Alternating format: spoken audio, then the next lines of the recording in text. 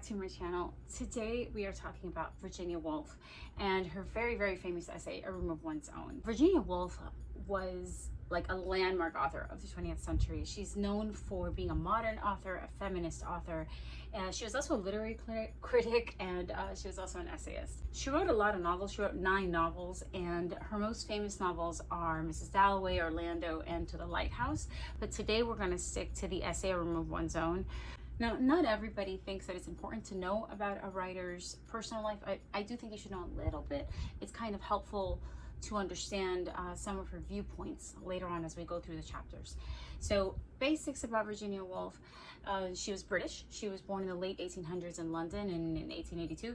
And she was born to a very affluent and very well-educated family. She was college educated, and we're talking like turn of the 20th century. So, you know, like think like 1900 or like 1901 or something. She's going to college.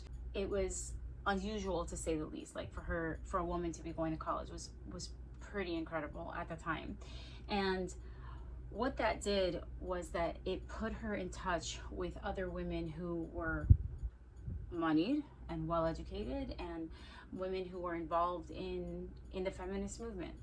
Another thing that I think is important to know about Virginia Woolf is that she did suffer a series of traumas throughout her youth. She suffered from what we would now call bipolar. She struggled with her mental health. I don't know that colors her viewpoints for this particular essay, but it is something that I think is important to just know about her in general, because it was important in her life. Now, as a writer, she really supported stepping outside of the box, especially using stream of consciousness in her writing. And with this essay where she's talking about the need for female writers to have their own money, she definitely became like a darling, a cult icon of the feminist movement. Although I think more recently there have been different opinions, just because our own viewpoints about feminism have become more complex. Let's say that you say, okay, yeah, she was a feminist. Did she have misogynistic moments in her writing? Also, was she a snob because of social class? There's a lot of, I guess, like more complex viewpoints now than there were, 50 years ago or 60 years ago or even further back. As we go through the chapters of the essay, I will be pointing those out, just stuff for you to think about. It's definitely interesting to see what you bring to the table and how you change your experience of the text just based on your own experiences in the world that you live in today. So let's get into it. There are 6 chapters in A Room of One's Own. And in the very first chapter, she gives you her thesis, her overall message. And her thesis is that female writers need £500 a year to be able to be independent and actually focus on their writing. So that today would be about £27,000 or British pounds or $33,000. To basically not need to work around the clock or have like a demeaning job that's gonna burn you out so that you can't be creative anymore. Women need to have their own money completely. So not through your husband or anything, like your own money. So in order to explain her thesis and like why she thinks what she thinks, creates a character called Mary. And Mary is the author who is going to be giving a speech at a women's college, and the speech is about women in literature. So it's technically not her speaking, it's technically Mary speaking, somebody else entirely. The college where she is going to be giving this lecture is a made-up school called Oxbridge, but it's based on 2 very real and very prestigious universities in England, Oxford and Cambridge. So she's basing this on real places, on real things that she's seen. So Mary is at the university and she's trying to prepare this speech that she's going to give, trying to figure out what she's going to say.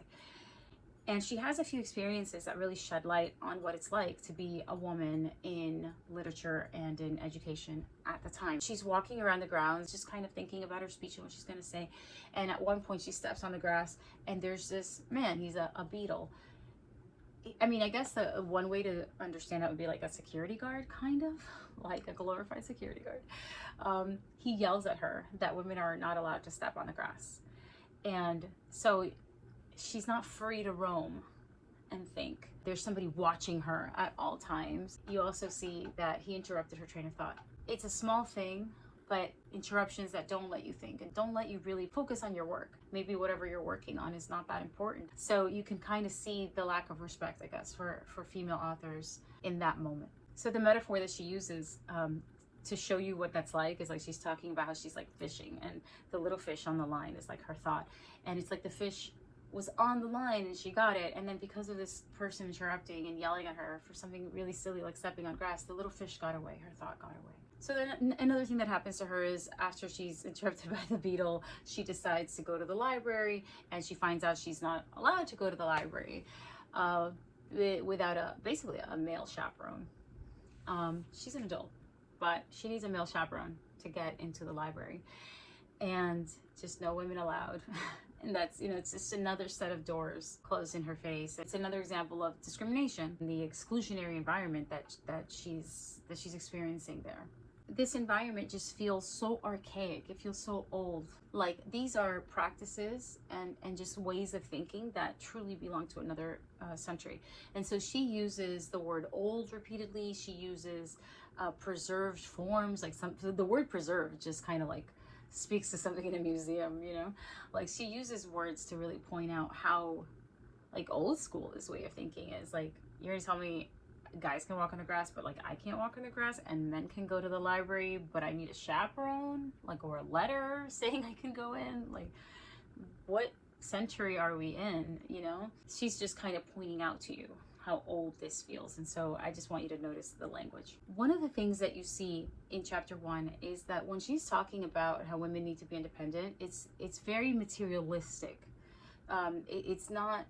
She's not talking about some internal state of being. She's talking about like food, money, the room where you work, a room of one's own, right? Like, it's very specific materialistic needs, financial needs that female artists need in order to be free to be creative. So while she's being treated like this, she starts noticing the school. And remember, I told you it's like very materialistic. It's very like, we're talking about things here when she's talking about that women need their independence. So she starts looking at the building itself, and she starts really noticing that the building for the men's college is so much nicer than the women's college. They've obviously gotten a lot more funding. The building itself is a lot nicer, a lot bigger, a lot fancier, well taken care of. She talks about how, obviously the money poured in and never stopped pouring in because the place looks pretty good. And she talks about how an environment like this, where obviously the money's flowing, it is conducive to creativity, because she believes that you need to have a certain level of comfort to be able to create. Do you have a comfortable chair to sit in for a long time to work? Do you have good lighting to sit down and write and read for a long time? Do you have a good meal in your belly to give you the focus and the fuel that you need to do long hours of work? All of these things actually matter. That's what she's saying. To her point, she goes to a lunch that is that's happening at the moment. And she looks at what the men are eating. And basically they have like all this gourmet food. And she goes at length explaining like how good the food is. You can tell she's a foodie, okay? Remember that she comes from a moneyed background herself, and she definitely knows what it's like to live well and how to eat well. And so she's describing this kind of environment where they're eating the best foods, okay? They're drinking wine. They're not drinking water. They're drinking wine freely, okay, with their meal, and talking and smoking cigars, and the food is so delicious, and champagne is being passed around. Like, this is great, right? Nobody wants to leave. We just want to talk and exchange ideas and feel great. So she's pointing out to you, like, look at what's being served. Look at the plates on the table. These are expensive dishes, okay? The silverware is expensive. The tablecloth is expensive. The windows are expensive. Everything is the best. Now, this part might be confusing to some people, like if you're reading it for the first time and you're just like, what the heck? Remember how I told you that she was known for stream of consciousness? At one point, she kind of trails off, and she starts talking about how conversations in the modern world are different than they were prior to World War One. World War One was 1914 to 1918, saw a horrible loss of human life. So World War One was really a game changer psychologically for England, for the US. Anyway, so she starts talking about how conversations were different before World War One, and how things like there was a lot more romance, and the writing was different as a result. Like it was a lot more romantic and a lot more florid and imaginative and just nicer, and how modern writing, especially modern poetry, it's almost like an exorcism of the pain that is left over because of World War One. So it's not this florid romantic view of life anymore. It's harsh and sad and painful reality that writers were expressing through modern fiction and modern poetry. So this is a digression from the point that she was making about like how basically a comfortable scenario leads to is conducive to creativity. This is a separate point. So the reason I'm saying that again is because the stream of consciousness thing, like, it's cool, but like if you're not used to it, you can be like, what the heck is she talking? What the heck? Like, what?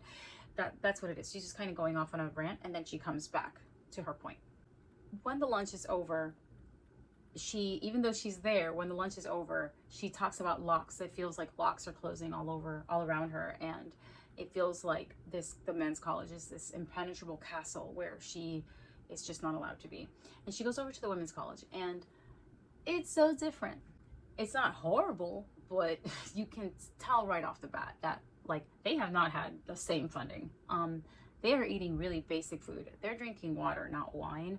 The accommodations, the rooms, the seating, the lighting, everything is basically as basic as you can get. You can tell that the women's college has not been a priority, and that what they do have has been a struggle to get. I guess the meagerness of the food and the surroundings, it just doesn't make people want to hang out and stay. Like when dinner is over, people just eat and they're like, okay, good night, bye. Like, and they leave the room, and you don't see that collaboration and that, you know, all the conversation that you saw at the men's college where people are just kind of hanging out and talking because it's uncomfortable. She does have a friend though, and this is kind of confusing because a friend is also called Mary, but Mary is a science teacher at the college, and she's friends with our character, Mary, the writer, the one who's gonna be giving the speech. And they start talking about the history of the college and the problems with funding, and like, you know, why, like, where's the money? Like, what happened? Why don't we have all the stuff that the guys have? Like why not, you know? And what's interesting here is that Mary, our character, who is voicing the opinions of real life Virginia, starts criticizing women in the moment, and also in the past, especially in the past, like criticizing women for not having made more money, for not having figured out how to manage money to leave behind for women who want to study. Remember, again, the stream of consciousness thing, like she goes back and forth. So like on one hand, she's saying like, what was wrong with them? What were they doing? What were they doing like with their lives that they never were financially successful, and they never learned how to manage their own money, and because of that they never left anything behind for future generations of women who might want to actually be professionals or artists or whatever, I don't know, whatever they want to do, right? Like, what were they doing? And she kind of makes comments that are really degrading, and it's just sort of a little bit disrespectful towards homemakers, towards mothers. She's like, what are you doing, just like popping out babies? Like that kind of attitude. She does show that, but then she then recognizes that making money not only was impossible for most women with the laws that were in place at the time, but that if they made their own money in the past, they wouldn't even be allowed to keep it. Like whatever they made would be legally belong to their husband. She's angry about it, but at the same time she recognizes that it just wasn't so easy to become like a business owner, you know, and make your own money, especially for women who were not born into a wealthy family. This is a point here where some people question if she's a snob and if she's a misogynist, because one is, remember, Virginia was born into a wealthy family. We're not all born into wealthy families. It almost sounds like she's minimizing what these women were up against. She's kind of taking for granted a little bit the life that she has. Like, well, why didn't you leave me an inheritance and provide a college for me? Like, how could you not? What else are you doing with your life? You know, that kind of thing where it's like you sort of take this kind of money as a given, and that for some people is a reflection of her background, just being born into a wealthy family. She didn't create that wealth. That wasn't her as a woman that created that wealth. That was her family. The other thing that some people question is the misogyny, possible misogyny, of like looking down on women who were wives and mothers and saying like you're a wife and a mother. What did you do your whole life? Like, you're like you didn't accomplish anything. You didn't do anything. You're just a wife and a mother.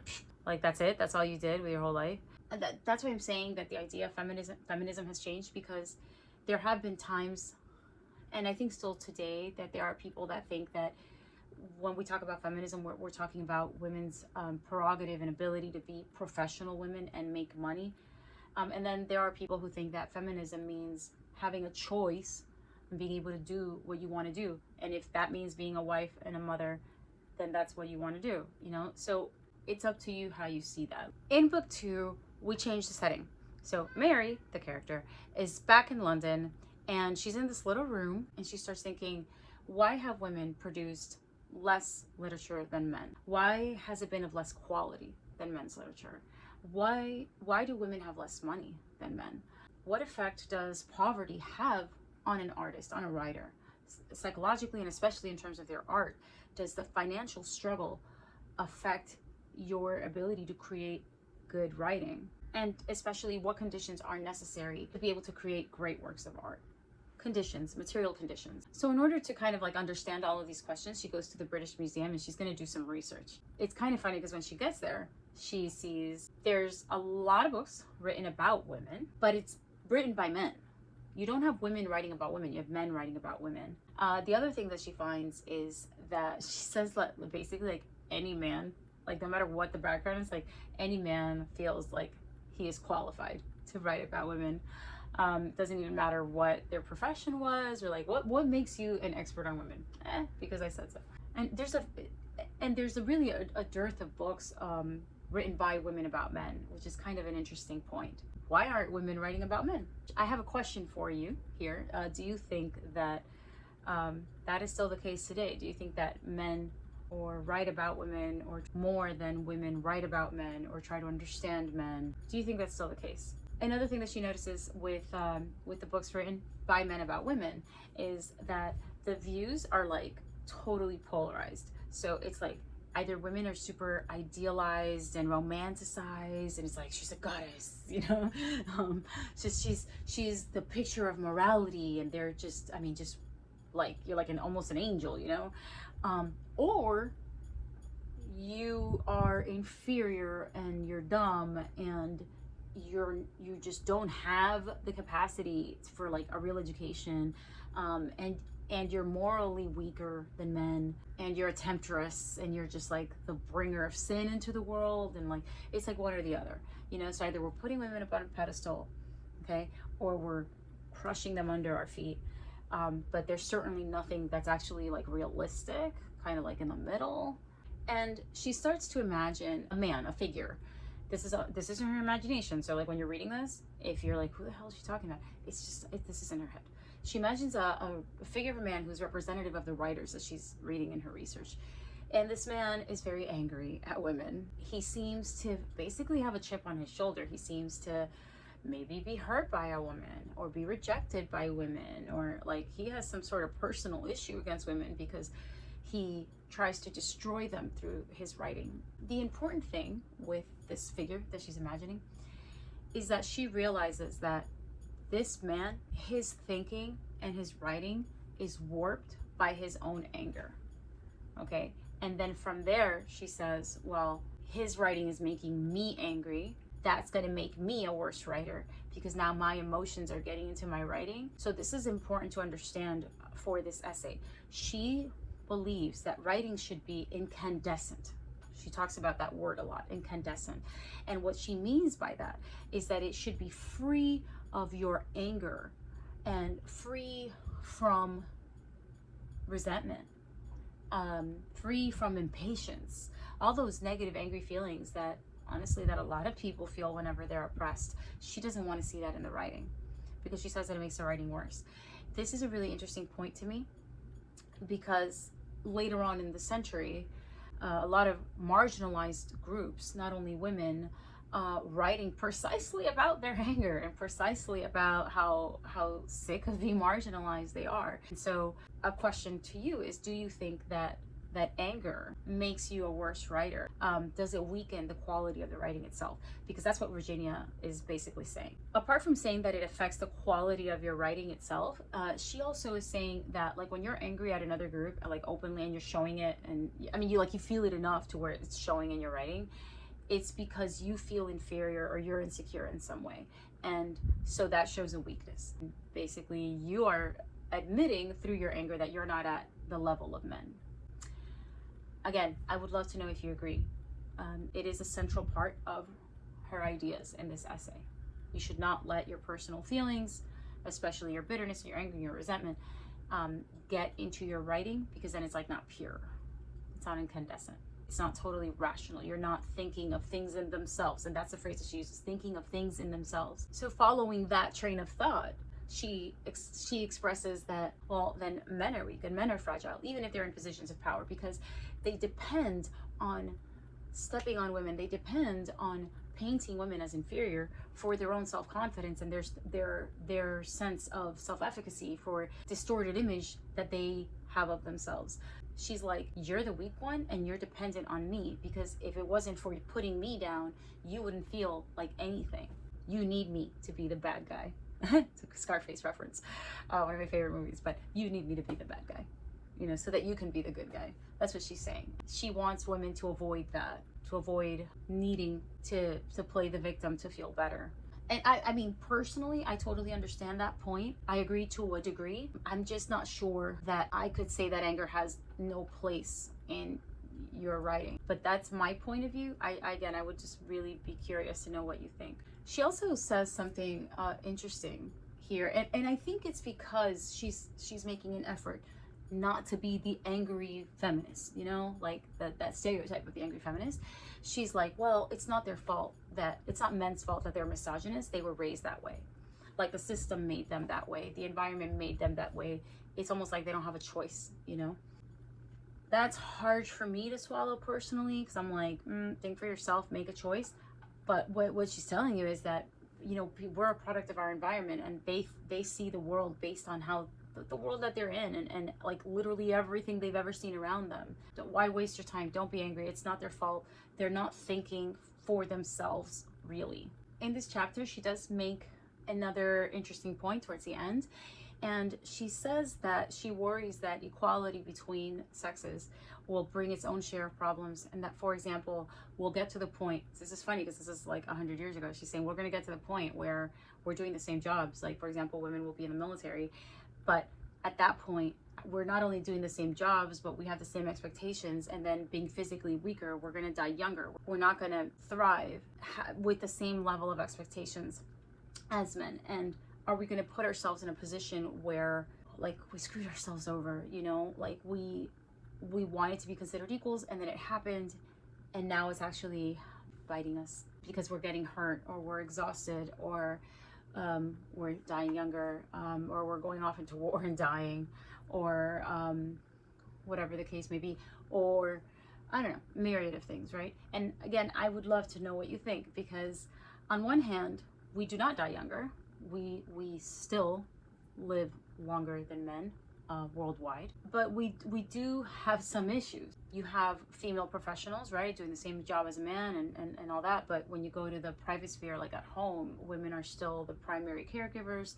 They're still doing the majority of housework, and so there's a greater burden on women, because even though we are relatively equals, and I say relatively because of things like pay gap and things like that, we're relatively equals, we're not equal necessarily in the private sphere, and that can be very taxing in many ways, physically, mentally, emotionally, in terms of your time. I mean, that's exhausting. So I wonder if do you agree with her? Do you think that equality can bring its own problems? Or maybe that's not a problem. Maybe she was wrong in that opinion. In chapter 3, she focuses specifically on like why women haven't produced literature at the level that men have produced literature. And two things. She's assuming, first of all, I don't want to say assuming, but she's postulating that men's literature has been better than women's literature.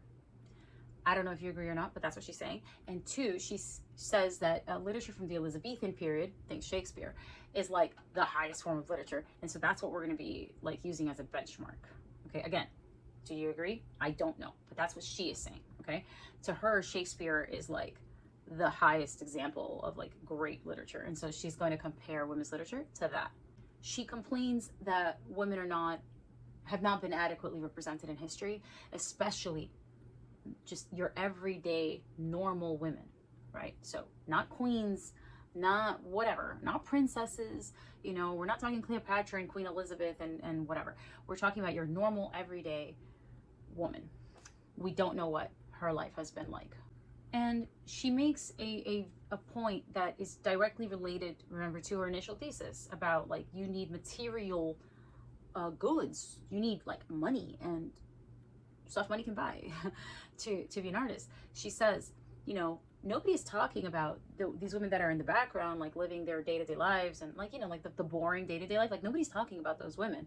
However, these great writers, you know, like Shakespeare, they depended on these people, right, to create the environment that allowed them to write. So somebody had to cook for Shakespeare, somebody had to clean his house, right? Somebody had to do chores and do the normal everyday boring stuff that would free up his time so that he could then produce the stuff that he's producing, so that he doesn't have to think about these things and he can just be creative all day, every day, right? So she's saying like, we just haven't documented that, you know, but it's not just women that need these practical considerations met, it's men too. We just don't talk about the support that they've been getting from women. We just kind of take it for granted, and then we say, oh well, oh, he's such a genius, he's so amazing, you know, Shakespeare is incredible. And it's like, yeah, he also didn't have to clean the house every day and like cook several meals and run after kids and like do all of these things. Somebody else did that and gave him the environment that he needed. The other point that she makes that's really interesting is that the women that are represented in literature are so different from what women's lives are really like in regular everyday life. So for example, you have characters like Cleopatra, Lady Macbeth, Madame Bovary, Antigone, Anna Karenina, and these women are like strong, they're like powerful, and they're decision makers, and they're passionate, and they have thoughts in their head, they have concerns that are bigger than doing the dishes and doing the laundry. They're living these big lives, and they're just so interesting and so compelling, right? This is how male writers are showing women in literature.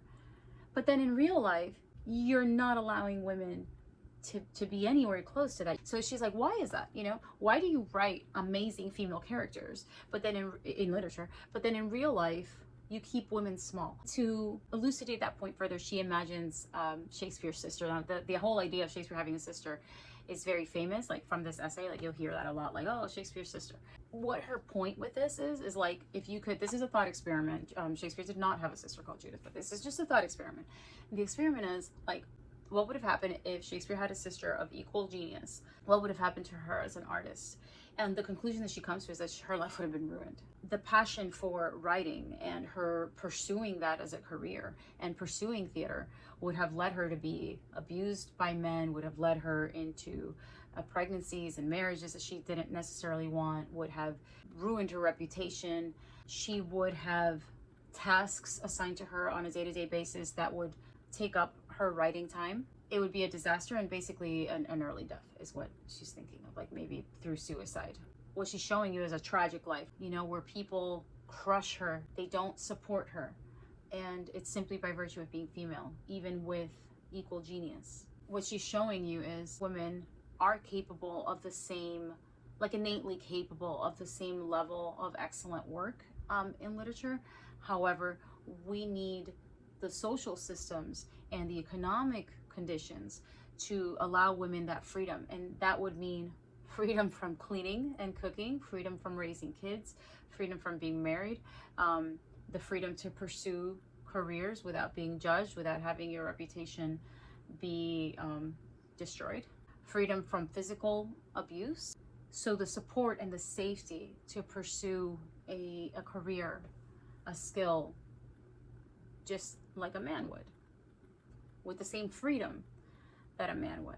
I don't think that the ideas in this chapter so far have been very controversial, but this is where we get controversial with her, especially if you look at things with a 21st century lens, like, you know, just from your perspective or my, you know, whatever, modern perspective. She says that genius is not born among the working classes. That makes a lot of people angry because they're like, what do you mean? Like, so you're saying that you're not going to find you can't find a genius again amongst the poor, you know? And so they call her a snob, and then they talk about, again, like, you were born into an affluent family and you're a snob, you're spoiled, you know, whatever. What she's saying is that genius is not something that you're just born with. Like, it needs to be fostered, it needs to be trained, it needs an education, it needs tutoring. She's saying, like, you may have intelligent people who are poor, who are from lower classes, but you're never going to have a true genius because they're too busy raising kids and working and just surviving to get the kind of education and training and freedom that you need to explore your intellectual life, your artistic life. They don't have the time, they don't have the conditions, they don't have the money to truly become everything that they could be. And that's her reasoning. Now, you have to remember something with Virginia Woolf. All the writers that she admired were aristocratic. They were all wealthy. They all went to the best colleges in the world. That's what she's looking at, you know, like that's where she's coming from. I would love to know, do you think that genius can grow unfettered amongst low class in real poverty without the best education, without rigorous training, without the benefits of all the material comforts? She kind of takes that nugget, that idea, and she passes it on to just being female. You're too busy to pursue this, and that's why you haven't produced great literature. You're too busy being a wife and being a mom and all of these like domestic life stuff. What's really interesting is that she talks about how the pressure of being a professional, and especially being at the top of your field, and also having a family would be too much for a woman and would make a woman go crazy. And I wonder with that statement if she is talking about herself, because remember I told you she struggled with nervous breakdowns her whole life and suicidal attempts, and she was a writer and she was married. So I wonder if she's talking about herself there, which is ironic because she said that you shouldn't put your own stuff into your writing, but I think she did anyway. Either way, she's just talking about how like it's impossible for a woman to really flourish as a genius and as an artist, and also have to worry about a husband and kids and budgeting and cooking and cleaning and all the other stuff on a day-to-day basis. One of the things that she talks about, you know, going to the title, A Room of One's Own, she's like, you don't even have a room where you can work uninterrupted, you know, like well, middle-class families have one living room. If you're lucky, you have two. But you don't have a whole bunch of living rooms, and then you just pick one and you have all this privacy and you have all this quiet to go and think and you know, go write like the best novel ever. You don't have that. You have a common room where people keep coming in and out and making noise and sitting down and having conversations and basically interrupting your great work of art. And that's essentially what she's talking about, where you do need a room of one's own, where you don't have to deal with all these people and all these interruptions. And that is not even considering your duties to these people. She's using that as a way to explain not only the idea that women have been too busy to be real geniuses, but also that poor people have been too busy to be real geniuses.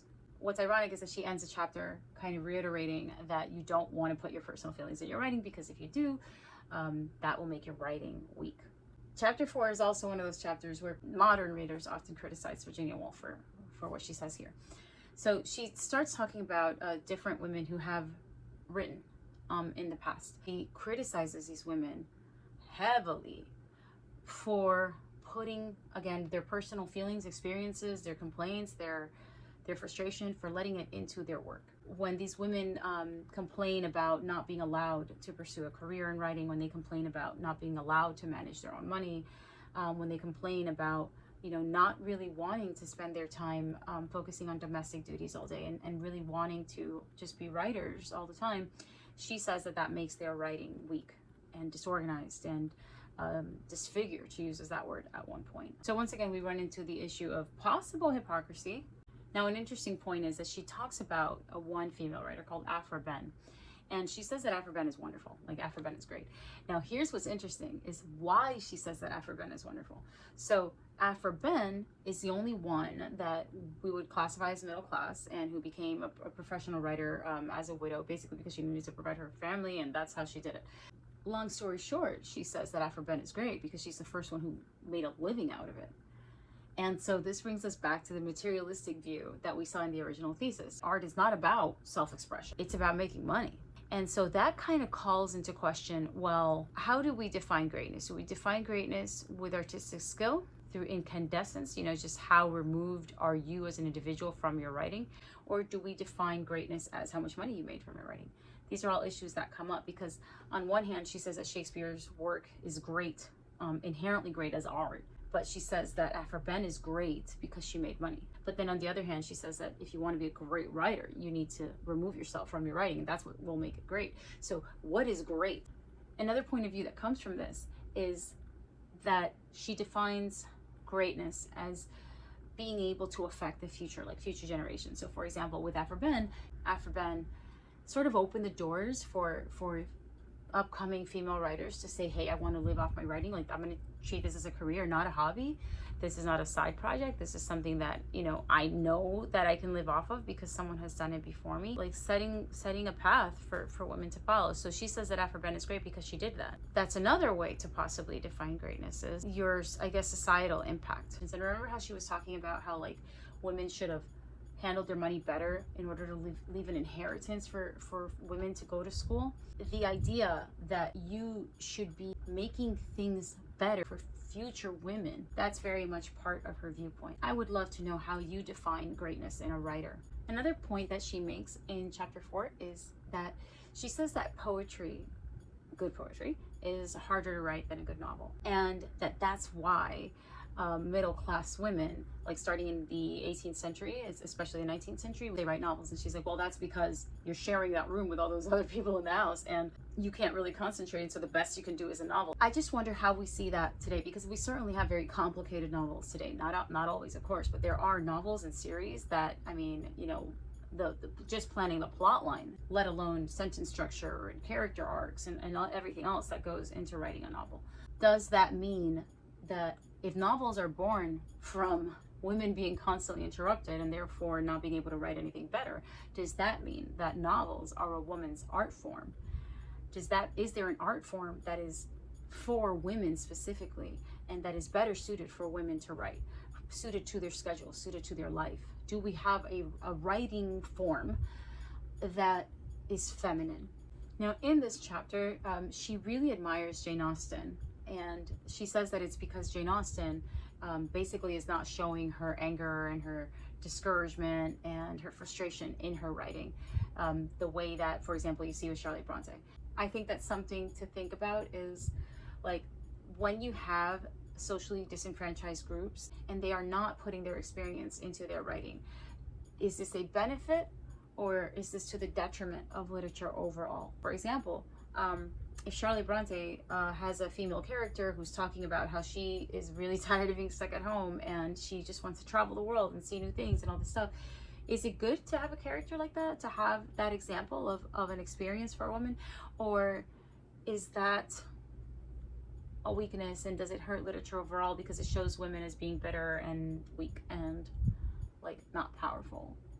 These kinds of questions sort of make you ask, like, is the inclusion of diverse groups, and I'm not just talking about women or race, but also social class, economic background, educational background, all these different viewpoints, right?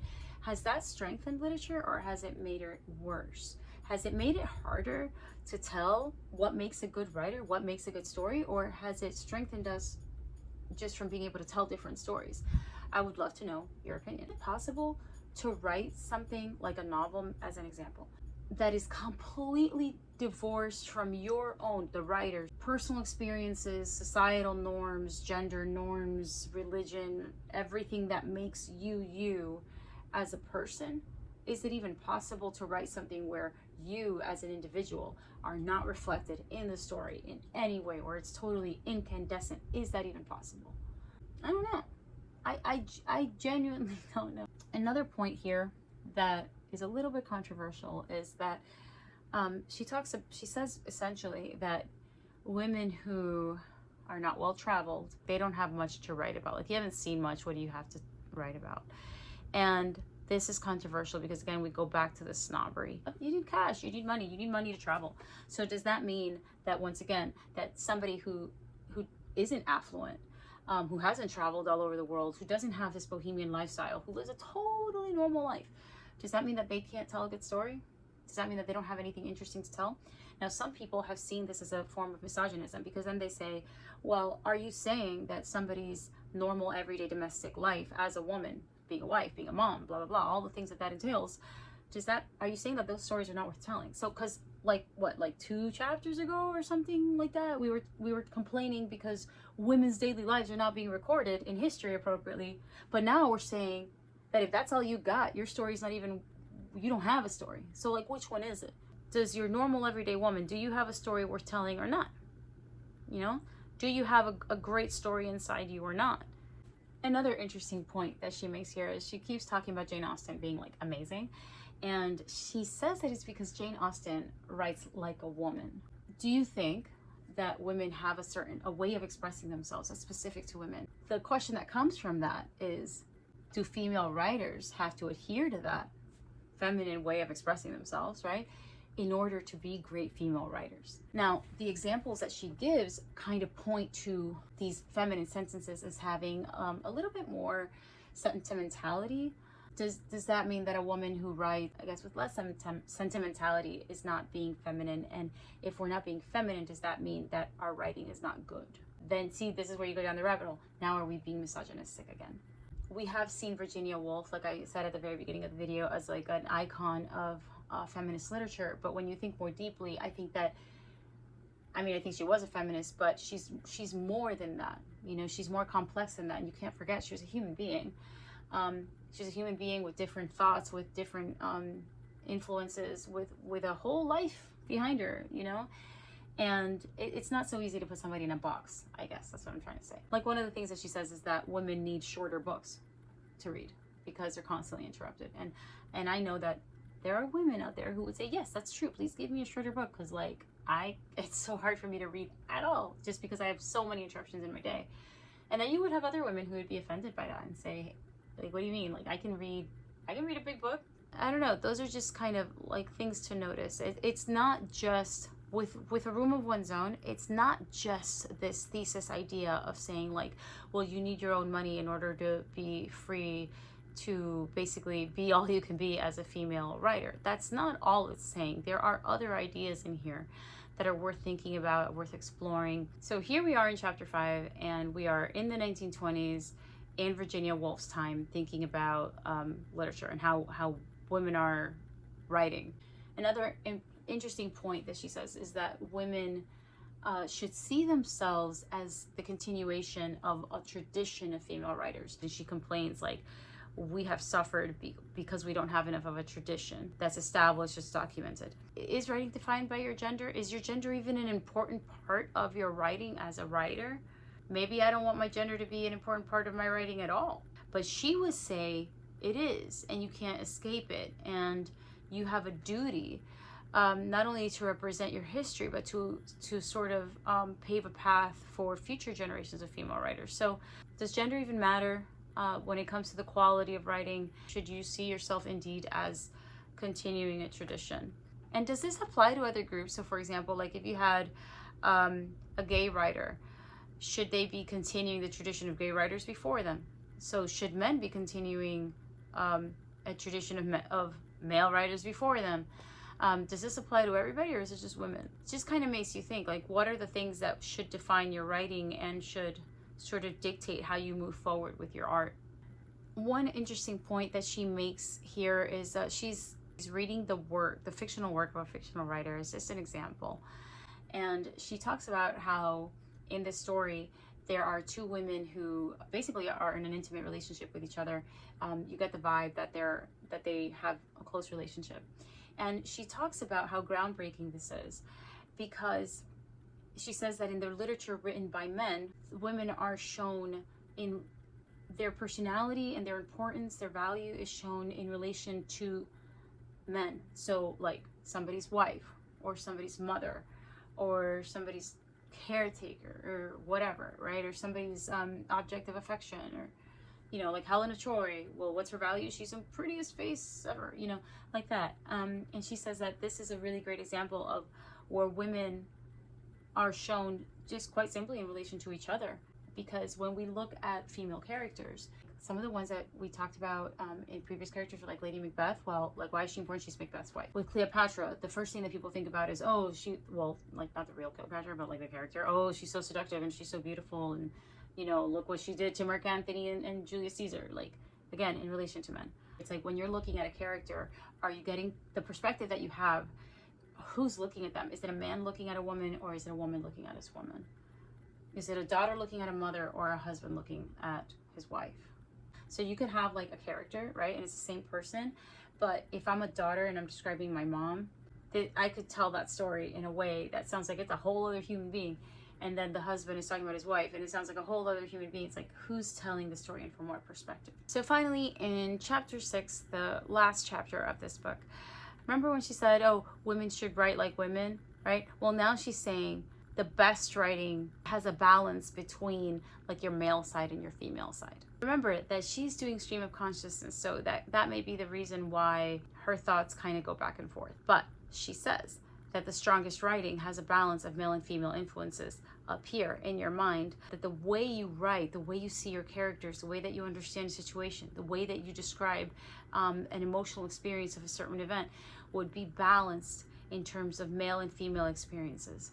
She's ending her essay on a very diplomatic note. She's saying that, you know, we don't need to pit one gender against another, and that we don't need to have all these rules necessarily for what makes writing good, even though that's exactly what she's been doing. She says that true brilliance, again, comes from having balance and sort of being more open-minded with what great literature is and what it could be in the future. However, she does reiterate her main thesis, which is that you need money, you need financial freedom, so that you have the time and the physical conditions to actually focus on your writing. So you need enough money so that you're not stuck in a menial job that takes up all your time and energy, so that you can actually still like think and write and stuff. You need a room, you need to be able to afford a room or a home where people are not interrupting you and you have time for yourself. That costs money, you know. So and then she reiterates that you need a good education. You need a good education to sharpen the skill that you may have naturally. So remember what she said earlier. Genius comes from having like a talent, like a natural talent, but then you polish that talent. You don't just, it's not just like growing wild and like, oh, I'm just a genius and that's the end of it. It's like you have this, you're born with a natural skill, a natural aptitude. The basics are there, but now you're going to have that education, you're going to have that rigorous training and then dedicate all the time into it that you basically have, and then that's going to make you a genius. So she's saying you need money and you need education in order to really produce great art. She really espouses the idea that women should not limit themselves in their writing, that women should write about every subject, and they should explore different kinds of writing, that they should basically give themselves the room and the freedom to really explore their own ability to be great writers. And she also reiterates that you have, as a female writer, you have a responsibility to, again, pave the way for female writers that will come after you. Now, she does once again like put down the life of your average woman, like the domestic life of being a wife and a mother. She does like put that down, but she does it in the context of basically saying like, hey, you need to realize that there are not enough women's colleges out there, and there's a lot of work to be done, and there's a lot of road still to be paved for women to have just the opportunity to be as great as their male counterparts. So I'd love to know, what did you think of this essay? It's controversial. It was controversial back then, it's controversial now. Virginia Woolf is such an interesting figure. I really shy from seeing her as this icon, like putting her on a pedestal, because it's just not human. But I just think it's so cool to see all the different opinions that she had and how it all relates to women today. Has literature developed for women the way that she thought it would? And do we still face the same challenges? Have we maybe surpassed her expectations, or do we still have a lot of work to do? I really encourage you to just think critically about it and be open-minded. So take a look at her novels, okay? Because yeah, this is an essay and like this is cool and interesting, but check out those novels. They're pretty awesome. I'll be covering them here at some point. Just really cool stuff. So let me know what you think. I've said that a million times in this video. And as always, thank you for hanging out with me, and I'll see you next time. And if you have a request, if you have something that you want me to cover, please, please, please tell me. I love requests. Okay, bye.